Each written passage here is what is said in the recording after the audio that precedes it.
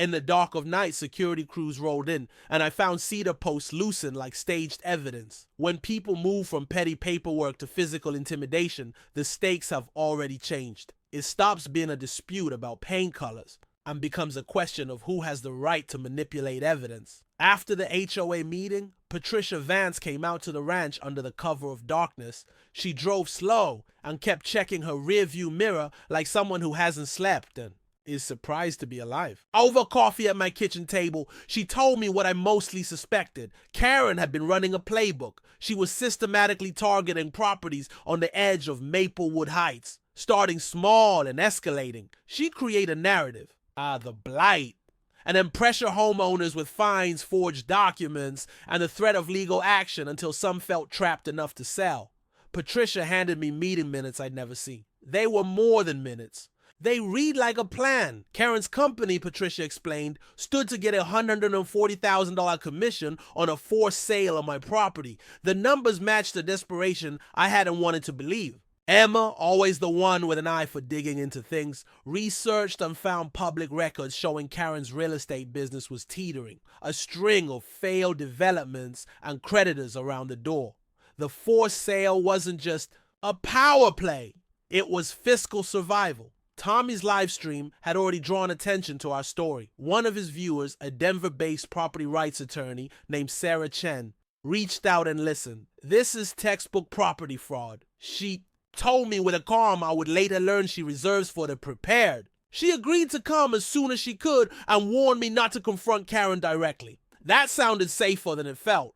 I wanted to stand and tell the world what they did, to claw back the dignity they had stripped. Karen, of course, was not waiting. Around midnight, big SUVs from a company called Secure Shield pulled up and set up a line of dark vehicles with tinted glass.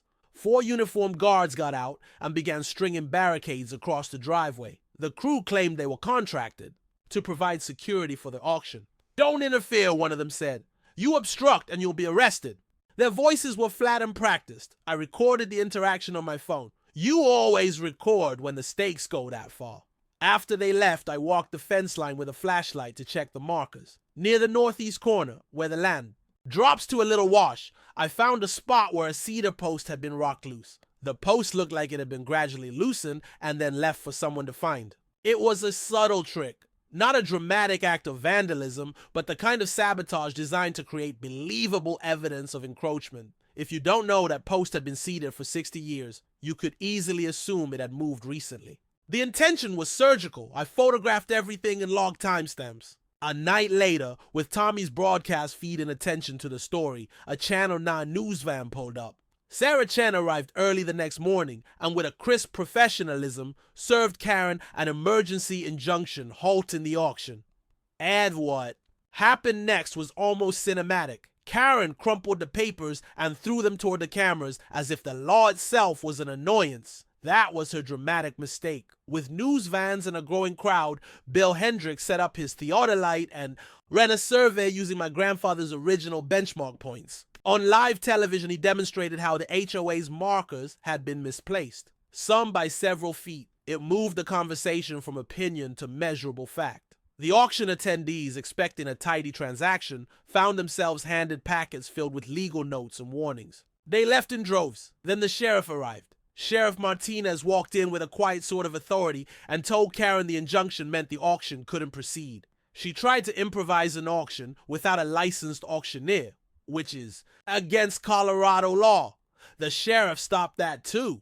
As attention focused on the makeshift podium, black SUVs rolled in at the edge of the property. From them stepped men in windbreakers with yellow letters across the back, FBI.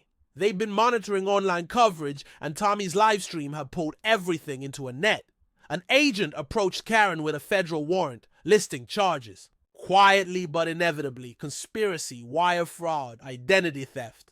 In a matter of minutes, handcuffs clicked and the operation collapsed. It was more dramatic than I'd imagined and colder than I expected. Not because of the handcuffs, but because this level of criminality had been hiding in plain sight under the banner of civic order. Karen's arrest opened a floodgate of information. Jennifer Walsh, the HOA secretary, was granted immunity for cooperation. She handed the FBI encrypted archives, emails, minutes, drafts of forged documents. The pattern emerged clearly. Karen had been using forged surveys, manipulated meeting minutes, and threats of enforcement to push properties into forced sale. My ranch was the biggest prize she had targeted. Financial records showed Karen's real estate company was essentially bankrupt. The commission for my ranch would have been a lifeline. Dr. Stanton, whose financial ties I'd sniffed earlier, had invested heavily in Karen's company. When confronted with the evidence, he began to cooperate with prosecutors. Patricia Vance, who'd been the squeaky hinge of the board, provided sworn testimony about pressure and intimidation. Then Robert Kumar, the surveyor whose signature had been used on that March 2022 document, showed up in person. He was furious. Not just because his name was abused, but because the forgery put his professional license at risk. He told us the forged document had altered the real survey he once did for the developer. It wasn't simple counterfeiting. It was rewriting a history that had consequences for someone's career and someone's property. The FBI widened its scope and began investigating the county planning office. It turned out Karen attempted to bribe a clerk to backdate permits.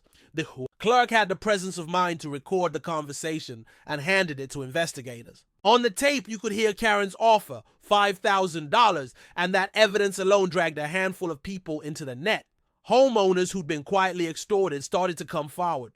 Mrs. Patterson told a story of Karen threatening $5,000 fines for a garden shed and then offering to make them disappear if she supported the ranch seizure. Another neighbor described being told her lot would be declared non-compliant unless she voted a certain way in HOA elections. The pattern was now a map. Harassment, coercion, payoff, and seizure. The media attention shifted from a local drama to a national cautionary tale.